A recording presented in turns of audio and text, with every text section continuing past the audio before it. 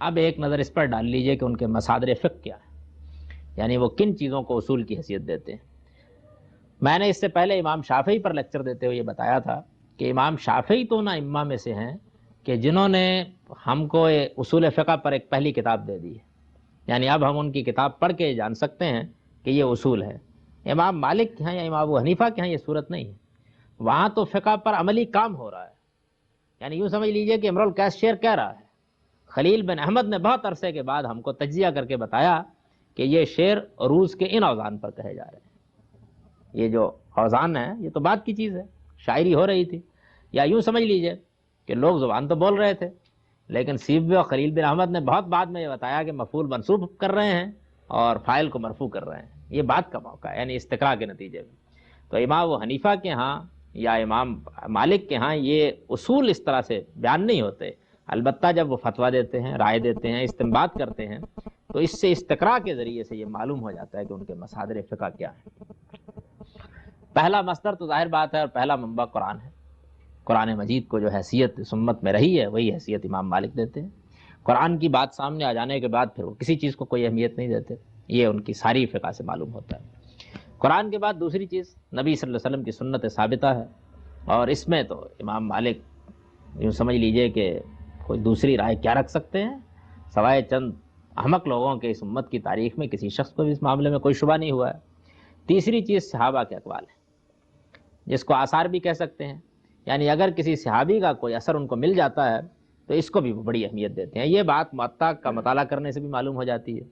کہ اس میں جس طرح سے وہ نبی صلی اللہ علیہ وسلم کی کوئی حدیث بیان کرتے ہیں، اسی طرح صحابہ کے آثار بھی بیان کرتے ہیں۔ صحابہ کے آثار سے متعلق ظاہر ہے کہ ان کی دلیل وہی ہے جو امام شافعی کی ہے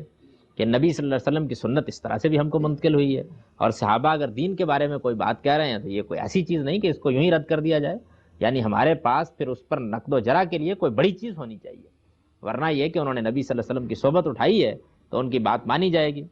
اسی طرح سے امام صاحب کے ہاں اجماع کا حوالہ بھی ہوتا ہے، یعنی اجماع کا مطلب یہ ہے کہ یہ بات تو سبھی مانتے ہیں، یہ تو چلی آ رہی ہے۔ یہ بالکل وہی مفہوم ہے اجماع کا جس میں امام شافعی یہ لفظ استعمال کرتے ہیں، یعنی جب ان سے مناظرہ کیا گیا تو انہوں نے کہا کہ آخر یہ فرائض، یہ سنن، یہ نماز ہمیں اجماعی سے ملی ہے۔ اور اس کے بعد جہاں اجماع نہیں ہوتا، یعنی اختلاف ہوتا ہے اہل علم میں، وہاں وہ عمل اہل مدینہ کو بہت اہمیت دیتے ہیں۔ وہ یہ کہتے ہیں کہ 10,000 صحابہ کم و بیش وقتاً فوقتاً مدینہ مسکن رہا ہے، یہاں اللہ کے پیغمبر رہے ہیں، لوگ ان جگہوں کے علم کو بڑی اہمیت دے رہے ہیں کہ یہاں ایک یا دو صحابی کہیں ملاقات ان سے ہو گئی ہے، تو اہل مدینہ کا عمل کیوں نہیں؟ اس کے اندر سنت شائع و ضائع ہوئی ہے، چنانچہ وہ اس معاملے میں یعنی ان کے اصول فقہ میں اس کو بڑی اہمیت حاصل ہے کہ عمل اہل مدینہ، یعنی اہل مدینہ کے ہاں اگر کوئی سنت اسٹیبلش ہو گئی ہے، کوئی طریقہ چلا آ رہا ہے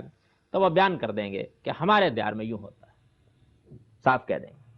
ہمارے ہاں یہ بات یوں مانی جاتی ہے۔ اس کا مطلب یہ نہیں ہوتا ہے کہ عامت الناس میں یہ چیز چل رہی ہے، مطلب یہ ہے کہ مدینے کے فقہا، مدینے کے علماء، مدینے میں جو علم موجود ہے نبی کا وہ اس طریقے سے ہم کو منتقل ہوا ہے۔ اس پر بڑے مناظرے ہوئے ہیں ہماری تاریخ میں،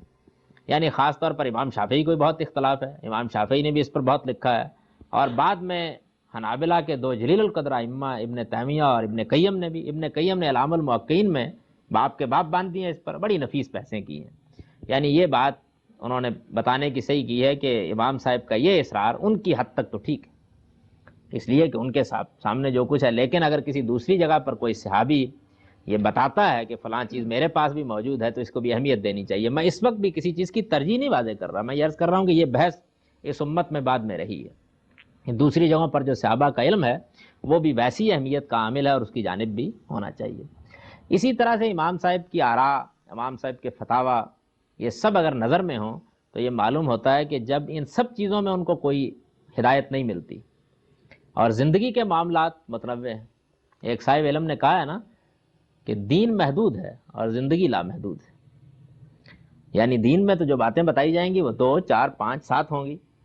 یعنی بتا دیا، لیکن زندگی کے حوالے بقائے لامحدود ہیں، پیش آتے رہتے ہیں، تو اس وجہ سے یہ کسی طرح نہیں ہو سکتا کہ چند نصوص میں ان کو بند کر دیا جائے۔ چنانچہ امام صاحب قیاس بھی کرتے ہیں، قیاس کی مثالیں موجود ہیں، قیاس البتہ اسی اصول پر کرتے ہیں کہ یہ بات صریح طور پر اس علت پر مبنی ہے اور یہی چیز دوسری جگہ بھی پائی جاتی ہے، یعنی قیاس صریح کے قائل ہیں۔ احناف کی طرح بہت زیادہ اس معاملے میں وسعت سے کام امام مالک بھی نہیں لیتے ہیں، استحسان پر بھی فتویٰ دیتے ہیں، اسی طریقے سے معروف پر بھی امام مالک کے فتوے موجود ہیں، اور معروف کے ایک ماخذ قانون ہونے کو تو قرآن مانتا ہے، قرآن نے اس کو بیان بھی کیا ہے۔ سد ذرائع کے بھی بہت سے فتاوی ہیں امام صاحب کے۔ سد ذرائع کا مطلب یہ ہوتا ہے کہ ایک چیز دین میں ممنوع تو نہیں قرار دی گئی، لیکن اگر اس کو باقی رکھا جائے تو وہ کسی ممنوع تک پہنچانے کا ذریعہ بن جائے گی، تو اس ذریعے کو بند کر دیا جائے۔ اس کو مثال سے یوں سمجھ لیجئے کہ ہمارے دین میں زنا ممنوع قرار دی گئی ہے۔ اب زنا کے تک پہنچنے کے بہت سے ذرائع ہوتے ہیں، کسی اجنبیہ سے خلوت ہے، بے تکلفی ہے، گھروں میں آنے جانے کے معاملے میں بے احتیاطی ہے، یہ جتنی بھی چیزیں اس معاملے میں سد ذرائع کے باب کی ہیں، یعنی اصلاً ممنوع نہیں ہے، بلکہ ایک ممنوع چیز تک چونکہ پہنچنے کا ذریعہ بن جاتی ہیں، تو اس وجہ سے ان کے بارے میں بھی تو امام صاحب اس اصول پر بھی فتوے دیتے ہیں۔ مسالے مرسلہ یعنی وہ مسلطیں کہ جن کو شارع نے چھوڑ دیا ہے، ہم اس کو خود سمجھ سکتے ہیں، ان پر بھی ان کے فتوے ہیں، لیکن مسالے مرسلہ کے بارے میں یہ معلوم ہوتا ہے کہ تین چیزوں کا وہ بہت خیال رکھتے ہیں۔ ایک تو یہ ہے کہ ایسی کسی مصلحت پر ان کا فتویٰ دین کی کسی اصل اور کسی دلیل قطعی کے خلاف نہ ہو، بہت اصرار سے اس کو واضح بھی کرتے ہیں کہ یہ چیز کسی دین کے اندر جو مصلحت معتبر ہے اس کے خلاف نہیں پڑ رہی۔ پھر یہ ہے کہ مصلحت کے معاملے میں انہیں اس پر اصرار ہوتا ہے کہ اگر 10 عاقلوں کے سامنے یہ بیان کیا جائے کہ یہ مصلحت ہے تو اس کو مانے وہ لوگ، یہ نہیں ہے کہ آپ ایک طرح کی منطق چھانٹ کر کسی چیز کو مصلحت بنا دیں۔ تیسری چیز جن پر انہیں اصرار ہوتا ہے وہ یہ ہے کہ مصلحت پر فتویٰ اس وقت دینا چاہیے جب کہ وہ رفع حرج کا باعث بن رہا ہو، اس لیے کہ دین میں یہ مستقل اصول ہے کہ لوگوں کے لیے اگر کوئی چیز تنگی کا باعث بن رہی ہے تو اس کو دور کیا جائے، تو اس اصول کا لحاظ کر کے فتویٰ دیا جائے، اس اصول کو ملحوظ رکھے بغیر فتویٰ نہیں دینا چاہیے۔ تو امام صاحب کی فقہ کے بنیادی اصول یہ، یعنی اس پر گویا انہوں نے اس کی بنا رکھی ہے۔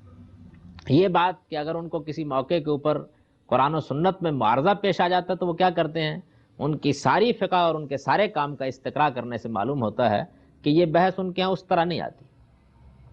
یعنی قرآن مجید کے مقابلے میں سنت کو وہ ایک تابع کی حیثیت سے پیش کرتے ہیں، اور جو سنت میں ان کے ہاں اسٹیبلش ہوتا ہے اسی کو قرآن کی شرح مانتے ہیں۔ وہ یہ سمجھتے ہیں کہ قرآن مجید کا منشا یہی ہے، یعنی یوں سمجھ لیجئے کہ اس معاملے میں جو امام شافعی کا رویہ ہے وہی ان کا رویہ ہے، لیکن امام شافعی کے ہاں اخبار احاد کی بارے میں زیادہ اشتغال ہے، امام صاحب کے ہاں وہ چیز نہیں۔ امام صاحب سنت کو بہت چھان پھٹک کر لیتے ہیں، بہت احتیاط سے لیتے ہیں، اور واقعہ یہ ہے کہ انہوں نے بہت مختصری مجموعہ دیا ہم کو، موطا امام مالک سب سے مختصر مجموعہ ہے۔ امام صاحب کے مصادر فقہ پر اس طرح ایک نظر ڈالنے کے بعد اب یہ بھی جان لیجئے کہ ہمارے اس زمانے کے علماء میں کتابیں تو خیر بہت ثانوی حیثیت رکھتی تھی، لکھ دی انہوں نے کتاب، لیکن خود کتاب کا بھی حال یہ تھا کہ یہ تو نہیں ہوتا تھا کہ وہ آکسفورڈ یونیورسٹی پریس میں چھپ گئی ہے اور اب اس کے نسخے عام ہو گئے ہیں۔ کتاب بھی اصل میں شاگردوں کی روایتی سے پہنچتی تھی، یعنی شاگردوں کا ہر امام کی زندگی میں بڑا غیر معمولی مقام رہا ہے، 2 4 5 ایسے لوگ رہے ہیں کہ جنہوں نے اس علم کو ہضم کیا ہے اور پھر آگے نسلوں کو منتقل کیا ہے۔ تو امام صاحب کے شاگردوں میں خاص طور پر عبداللہ ہیں، عبد الرحمن بن قاسم ہیں، اور اسی طرح سے اشب بن عبدالعزیز ہیں۔ یہ عبد الرحمن بن قاسم ہیں جن کے ذریعے سے ہم کو بہت زیادہ ان کا علم منتقل ہوا ہے، بلکہ امام صاحب کے علم کے اصل امین یہی رہے ہیں، ان کے ذریعے سے امصار میں ان کا علم منتقل ہوا اور لوگوں تک پہنچا ہے۔ ان کے بعد پھر ظاہر ہے کہ مختلف حلقے قائم ہو گئے، ان کے ذریعے سے ان کی فقہ پہنچتی رہی، اور بہت ہی جلد اس میں تنقید و تبصرے کا راستہ بھی کھل گیا۔ امام شافعی بعد میں آ گئے، امام حنبل بعد میں آ گئے، اور ان لوگوں نے بھی اس پر گفتگو شروع کر دی، مباحث بھی شروع ہو گئے۔ عمل اہل مدینہ کا حجت ہونا یہ تو بالخصوص موضوع بحث بن گیا۔ امام شافعی نے مالک سے اپنے خلافیات بھی لکھ دیے، تو یہ سارا سلسلہ اس کے بعد پھر عام ہونا شروع ہو گیا۔ لیکن اس سب کچھ کے باوجود امام دارالہجرہ کی جو حیثیت کرنے اول میں رہی ہے، یہ واقعہ ہے کہ باقی ائمہ کو یہ مقام اس زمانے میں حاصل نہیں ہوا، باقی بھی بلند ہوئے لیکن آہستہ آہستہ۔ امام مالک کا مقام اس زمانے میں بہت غیر معلوم ہوتا تھا کہ سارا علم